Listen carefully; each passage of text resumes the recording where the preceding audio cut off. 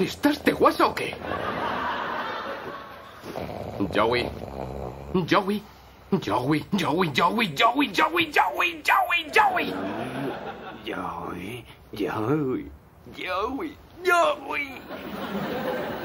Oh.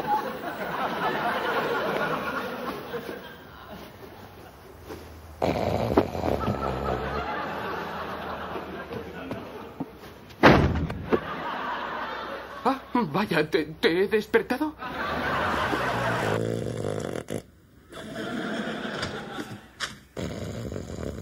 Vale, colega. Voy a darte la vuelta. ¡No, no, no, no, no, no! ¡Vas a ir a una clínica! ¡Vas a ir a una clínica! ¡Y a una tienda de pijamas!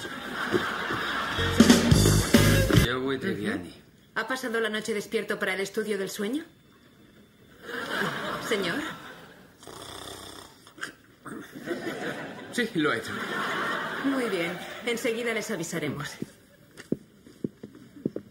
Vaya, oye.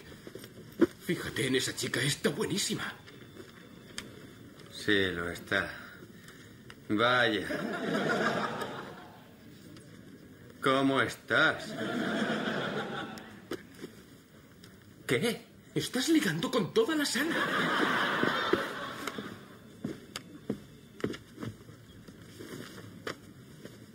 Soy Chandler. Marjorie. Hola. ¿Qué tal? ¿Te importa que me siente? No, adelante. Dime, ¿por qué estás aquí? Dicen que hablo mientras duermo. Qué casualidad, yo escucho mientras duermo. ¿Por qué no me das tu teléfono? Me parece bien. Faltan 15 minutos. Luego.